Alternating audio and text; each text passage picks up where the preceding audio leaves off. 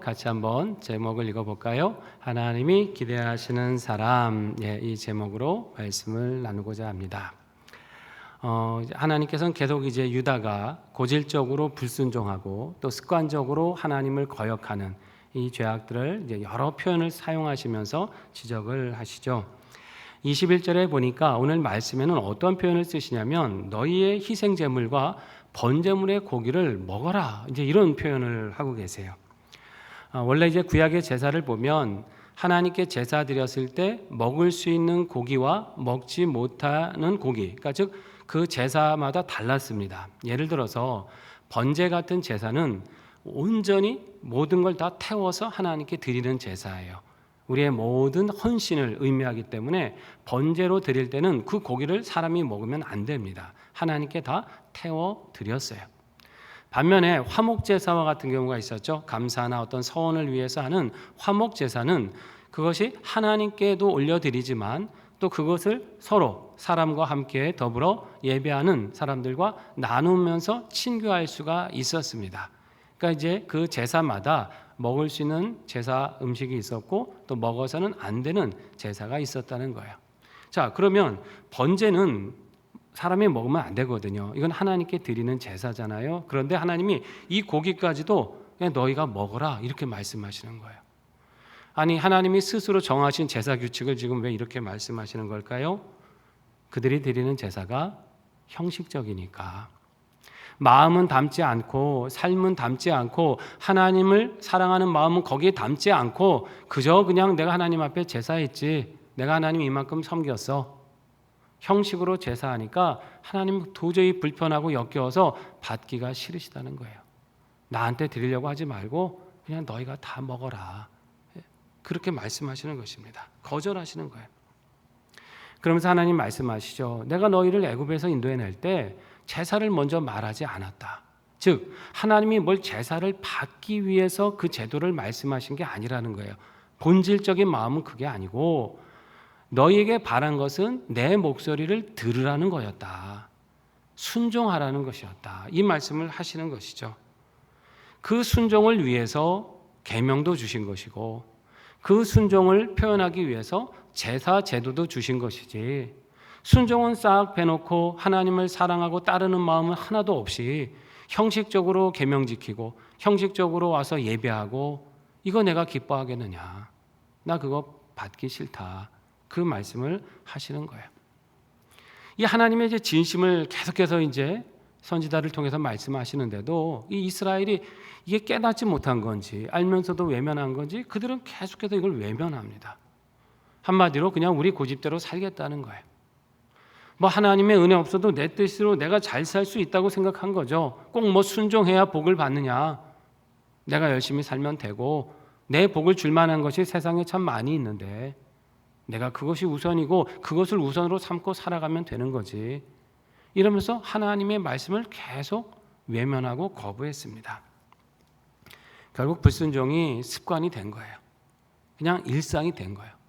여러분, 왜 이렇게 때가 쪄들면 잘 안 빠지잖아요. 세탁을 해도 어디에 뭐 바라고 색이 바라면 이렇게 잘 닦아내면 처음에는 잘 닦이는데 이게 오래도록 때가 찌들고 바래버리면 어떻게 되냐면 이게 아무리 이제 닦으려고 해도 잘 얼룩이 지워지지가 않습니다. 어떻게 보면 지금 유다 백성들의 마음이 지금 이런 마음 상태가 된 겁니다. 점점점 그 악이 심해졌고 불순종이 더 짙어졌어요.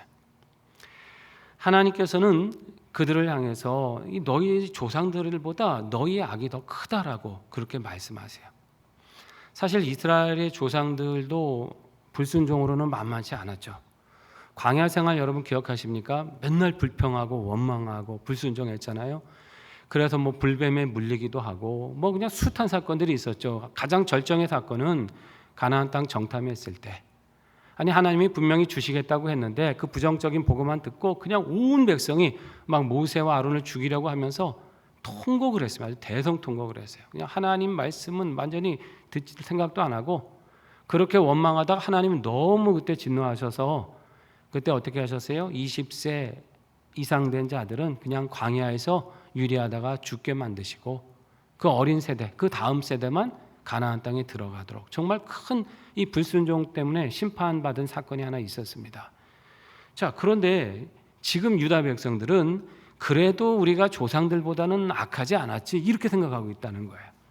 왜냐하면 이제 조상들은 가나안에 못 들어갔지만 자기들은 가나안에 들어와 살고 있다고 하는 거죠. 그러니까 적어도 우리는 그들만큼 악하지는 않은 거야. 우리가 그렇게 불순종한 사람들은 아니야 하면서 스스로 착각하고 있었어요. 하나님 말씀하시기를 아니다. 너희들의 죄가 지금 사실 조상들의 죄보다 더 크다. 왜냐하면 조상들의 그 실패를 봤잖아요. 불순종의 결과를 이들은 잘 알고 있잖아요. 알면서도 똑같은 죄악을 짓고 있으면 이게 더 잘못이다라고 하시는 거죠. 자, 28절에 보면 하나님 하도 답답하시니까 이제 예레미야한테 그 속을 마음을 말씀하시는 거예요. 그들이 너를 듣지 않을 거야. 그러면서 너는 그들에게 너희는 하나님의 목소리를 순종하지 않고 교훈을 받지 않는 민족이라 이렇게 가서 전하라는 거예요. 너희는 참 완악하구나. 하나님의 교훈을 계속 받지 않는구나. 너희 입에서 진실은 다 끊어졌구나. 가서 그렇게 선언하라고 하십니다. 하나님이 보실 때 이스라엘의 마음에는 그 유다 백성의 마음에는 제 진실한 것을 찾아보기가 힘들게 되셨다는 거예요.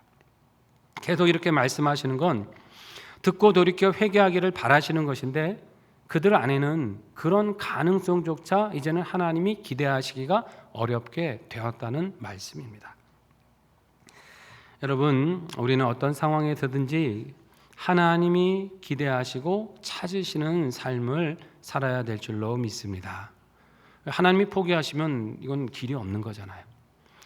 우리가 어떻게 하면 그럼 하나님이 기대하시는 사람이 되는가? 그것은 우리가 삶에서 순종하기에 힘쓰는 거예요.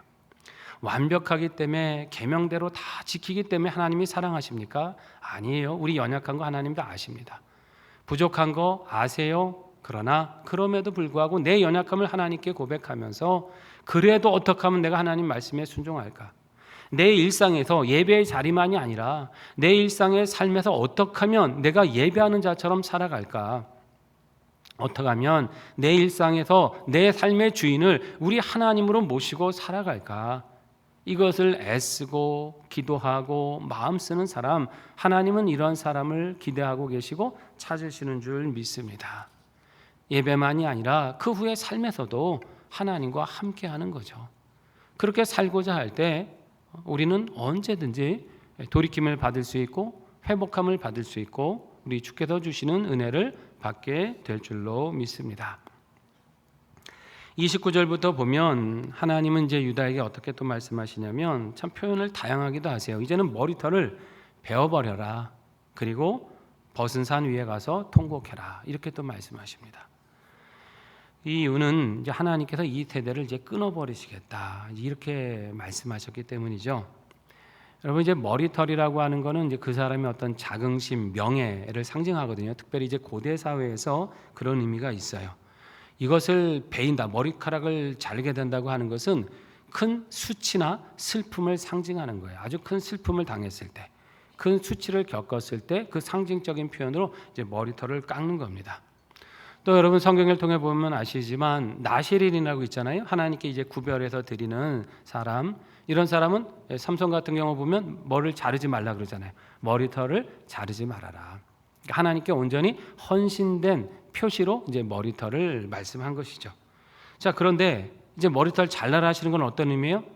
너희는 이제 하나님 앞에 구별된 백성도 아니다. 너희는 하나님 앞에 헌신하는 백성이 아니니까 이제 머리털 잘라버려라. 이 표현을 하시는 거예요. 그리고 이제 벗은 산에서 통곡하라고 하시는 것은 벗은 산은 주로 이방 산당들을 지어놓은 그 산을 말해요. 거기 가서 제사하고 우상을 섬긴 거 아닙니까? 자, 여기서 통곡하라는 거죠. 너희가 복을 받을 줄 알고 가서 제사하던 그곳이 너희의 슬픔의 자리가 되고 통곡의 자리가 되고 수치의 자리가 될 거니까 거기 가서 통곡을 하라 이 말씀이에요. 자, 이들의 잘못을 보면 성전 안에도 우상을 가져다 두었어요. 성전 안에도. 그러니까 하나님의 성전이 있으면 이게 타락이 덜할 때는 성전에서 예배하고 산당에 가서 또 제사하고 이렇게 이제 혼합적인 신앙으로 살았거든요. 근데 이 악이 점점 악해지면 어떻게 되냐면 성전 안에다가 우상들을 가져다가 세워놔요. 성전 안에 세우고 성전 뜰에다 세워놓고. 여러분 이건 얼마나 이건 정말 하나님에 대한 그죠? 그 거역과 하나님을 정말 모욕하는 죄악 아닙니까? 이제 그런 일을 벌였어요. 성전 안에다. 우리가 생각하면 야 어떻게 성전 안에다가 말도 안 된다. 맞죠? 정말 말도 안 되는 악한 짓이에요. 그런데 사실 어떻게 보면 오늘날도 이럴 수가 있죠. 내 자기 중심적인 신앙 욕구를 충족하는 수단으로 하나님을 삼는다든지 우리의 신앙을 내 성공과 내 만족을 위한 수단으로 삼으면 그게 성전에 우상을 가져다 두는 것과 다를 바가 없는 거 아닙니까? 여러분 우리는 하나님의 성전이라고 말씀하셨잖아요. 우리 안에 누가 거하세요? 성령 하나님께서 거하시고 우리가 우리 믿음의 공동체 안에 성령 하나님이 거하시는 성전이다라고 말씀드렸어요. 근데 만약에 내 삶에서 하나님을 제일로 높여드리고 하나님을 목적으로 삼고 다른 모든 것을 수단으로 삼아야 되는데 내 성공과 명예와 내 부와 내 욕구와 욕심, 탐욕을 만족시키기 위해서 하나님조차 수단으로 삼는다면 신앙을 그 방편으로 여긴다면 이것이 성전에다가 우상을 가져다 오는 거잖아요. 내 욕구, 내 중심 이걸 만족하기 위한 그것이 곧 성전에 우상을 두는 행위와 같다라고 하는 것이죠. 여러분 우리 신앙의 목적은요 우리의 욕구를 만족시키는 데 있지 않습니다. 하나님의 뜻이 우리 삶을 통해 이루어지는 것이 우리 신앙의 목적이 되어야 될 줄로 믿습니다. 그렇기 때문에 여러분 우리가 기도할 때 하나님 이 제 뜻 이루어 주세요. 때론 뭐 이런 기도를 우리가 드릴 때가 있지만 보다 이 기도는 좀 더 나아가야 돼요. 하나님 하나님의 뜻 안에서 제 삶을 사용해 주세요. 하나님의 섭리 안에서 그 은혜 안에서 제 삶을 인도해 주시고 주님 뜻대로 세워주시고 사용해 주세요. 여러분 우리가 이런 믿음의 기도로 나가야 될 줄로 믿습니다. 나를 위해 하나님이 필요한 게 아니라 하나님의 거룩하신 뜻이 내 삶을 통해 이루어지도록 나를 내어드리고 나를 헌신하고 하나님께 맡겨드리는 것 이것이 하나님 기뻐하시는 신앙인 것입니다. 자 말씀해 보니까 유다는 그렇지가 않았어요. 삶의 중심에 하나님을 모신 게 아니라 누가 자기 중심이냐면 내가, 내 만족, 내 욕구, 내 성공, 세상에서의 내 안일함 이런 게 이제 자기 삶의 목표였습니다. 그래서 그들은 어떻게까지 했냐면 이제 계속 말씀에 있잖아요. 몰렉 제사라는 제사까지 드렸잖아요.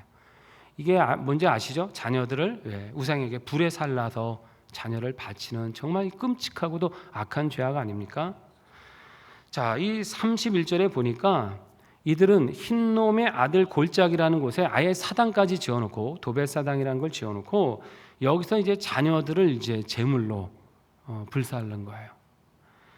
흰놈의 아들 골짜기 이제 이 골짜기는 어디 있냐면 예루살렘의 이제 남서쪽에 있는 그 깊이 패인 골짜기인데 이게 어떤 장소였냐면 예루살렘에서 나오는 쓰레기들을 모아다가 소각하는 장소예요. 예전에 보면 왜 마을에 산구덩이 같은 데 보면 이렇게 커다랗게 구덩이가 파 있으면 쓰레기 갖다 놓고 이렇게 태우기도 하고 하는 그런 장소 그게 바로 흰놈의 아들 골짜기입니다. 그런데 이제 매일 쓰레기가 이제 매일 나올 거 아닙니까? 큰 도시다 보니까 그러니까 이제 쓰레기를 태우는 불길이 꺼지는 날이 없었어요. 그냥 계속 불타니까 그래서 이것이 불길이 꺼지지 않는 곳이 어디예요? 지옥이라고 하는 것을 그것과 이제 연관 짓는 단어가 됩니다. 그러니까 흰놈의 골짜기 히브리어로는 이제 깨 흰놈, 그러니까 흰놈이고 깨라는 단어를 써서 깨 흰놈인데 이게 이제 신약에서 헬라어로 어떻게 음역이 되냐면 게헨나라고 하는 단어로 음역이 됩니다. 자, 이 지옥이라는 뜻인데요. 마가복음 9장 43절에 보면 이런 말씀이 있죠. 같이 한번 읽어볼까요? 만일 내 손이 너를 범죄하게 하거든 찍어버리라. 장애인으로 영생에 들어가는 것이 두 손을 가지고 지옥 곧 꺼지지 않는 불에 들어가는 것보다 나으니라. 아멘. 예수님이 하신 말씀이잖아요. 여기에 그 지옥이라는 단어가 이제 게헨나 이게 바로 깨 흰놈 즉 흰놈의 골짜기 이제 여기서 이제 유래된 말이에요. 그래서 여기서는 이제 지옥의 의미로 쓰였습니다. 자, 이 저주와 심판의 장소를 말씀하는 것이죠. 왜냐하면 그곳이 그냥 단순히 쓰레기 소각장이 아니라 이제는 거기에 사당을 지어놓고 자녀들을 불사르는 그 죄악에 정말 악취나는 인생의 우상숭배의 악취가 나는 장소가 되었기 때문에 이제는 하나님의 저주와 심판이 임하는 자리가 되었다라는 뜻이에요.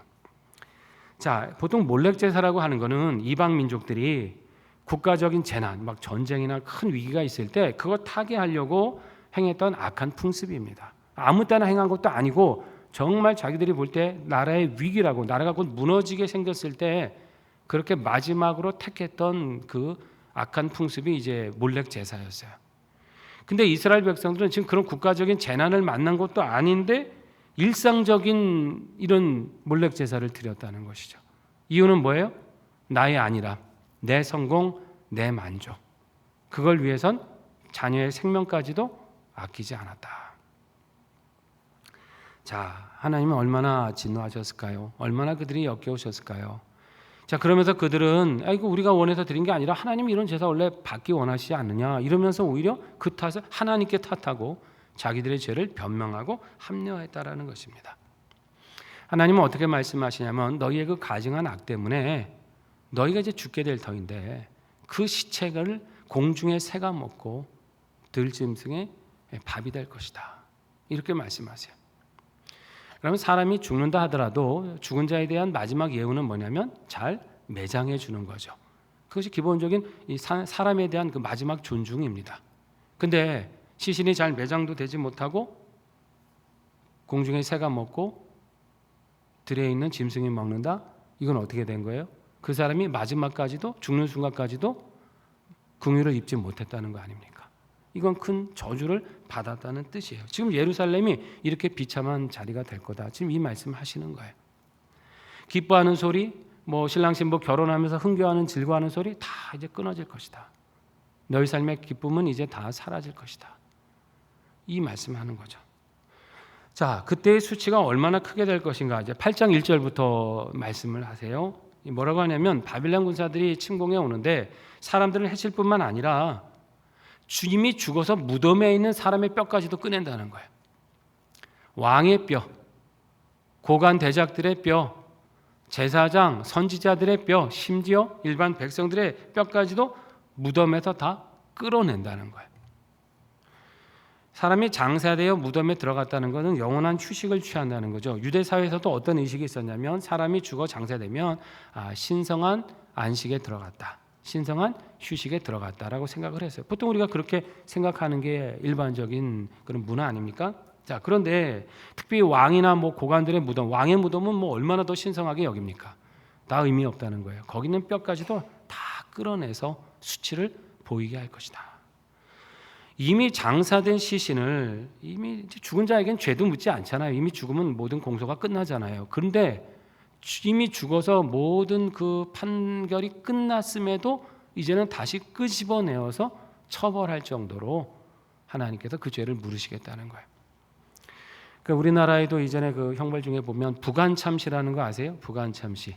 그 너무나 큰 역적이나 죄인이면 나중에 이제 그게 드러날 수가 있잖아요. 뭐 그 살아 생전에는 권력을 잡고 있다 보니까 이제 그것을 처벌하지 못하다가 죽어서 무덤에 장사했는데 그 다음 때 가서 그 죄상이 드러나면 어떻게 해요? 왕이 그 시체라도 끌어내서 시체의 목을 칩니다.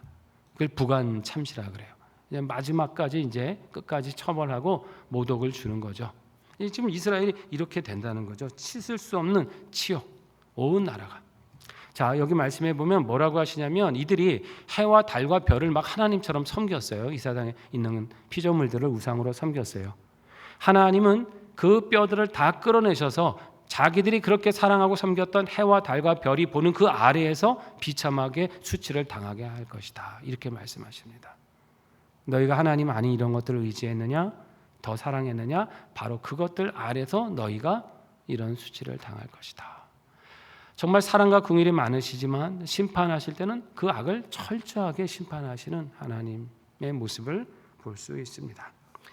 얼마나 그날이 수치스럽고 고통스러웠으면 차라리 그냥 죽는 게 낫겠다. 사람들이 이렇게 생각한다는 거예요. 죽을 걸 정말 바라고 싶을 정도로 고통스러운 날이 된다고 하십니다. 유다를 향한 마음이 하나님이 그만큼 크셨던 만큼 그 징계의 심판의 표현도 아주 격하게 말씀을 하고 계신 거예요. 여러분 이제 이런 말씀들을 우리가 이렇게 묵상하다 보면 참 마음이 많이 무거울 수밖에 없어요. 그렇지 않습니까? 근데 가만히 생각해 보면 이런 하나님의 격하신 표현, 무서운 표현들은 사실 조금만 이렇게 다르게 생각해 보면 크신 사랑의 표현이기도 합니다. 무슨 말씀인가 하면 이 백성에 대한 사랑이 그만큼 크셨기 때문에 표현도 격하게 하시는 거예요. 적당히 사랑하셨으면 나 너희들 그렇게 살지 마라. 그러다 매 맞을 거야. 뭐 이 정도 얘기하셨겠죠. 그런데 정말 하나님의 모든 것을 주셔서 정말 하나님의 모든 생명까지도 주셔서 사랑하셨는데 이들이 그 사랑을 배반하고 거역하니까 하나님이 그 배반당하신 사랑의 아픔을 표현할 길이 없으시니까 이렇게 또 무섭고 격하신 심판의 말씀으로 하고 계시다는 것입니다. 이것을 우리가 이 말씀 속에서 깨달아야 돼요. 만일 여러분 하나님께서 오늘 우리에게 이런 경고의 말씀을 주신다면 여러분 우리는 어떻게 해야 될까요? 무서우니까 나 모르겠다. 저 멀리 회피하고 숨어버려야 될까요? 아니에요. 우리 삶에 그런 일이 없길 바랐지만 혹시 이런 경고의 말씀을 주신다면 우리는 그걸 회피하고 두려워할 게 아니라 오히려 나를 그만큼 사랑하시는 하나님이 돌이킬 기회를 주시는구나. 이것을 깨닫고 하나님께 더 가까이 나가야 될 줄로 믿습니다. 여러분 심판보다 크신 것이 하나님의 사랑입니다. 하나님이 심판을 즐겨하시기 때문에 말씀하시는 겁니까? 아니에요. 너무나 사랑하시기 때문에 그런 어려움 만나기 전에 돌이키라고 말씀하시는 거예요. 우리 이 시대도 마찬가지예요. 우리가 이 시대의 어려움과 위기를 보면서 우리는 정말 하나님이 우리를 얼마나 더 사랑하시는가를 깨닫고 더 하나님께 기도해야 합니다. 왜 자꾸 우리 사회가 이렇게 불의가 만연하는가? 그러면서 그걸 왜 아무렇지도 않게 여기는 사회가 되었는가? 이런 마음이 답답할 때가 있잖아요. 왜 우리 사회가 자꾸 이렇게 모든 영역에서 불안과 위기감이 조성되고 있는가? 왜 우리가 여태 누리고 있던 이런 자유와 평안이 자꾸 훼손되고 침범되고 깨어지는 일들이 일어나는가? 여러분 이런 걸 생각할 때마다 참 우리 마음속이 불편하고 두렵고 이 위기감을 느끼고 안타깝잖아요.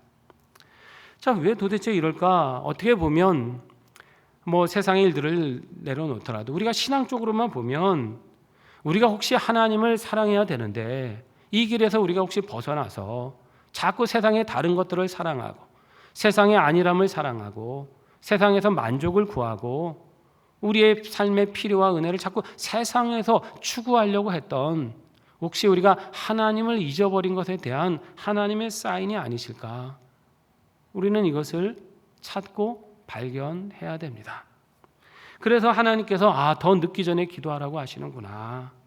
우리로 향해서 너희가 더 큰 어려움 속에 놓이기 전에 하나님 앞에 바른 믿음으로 서라고 하시는구나.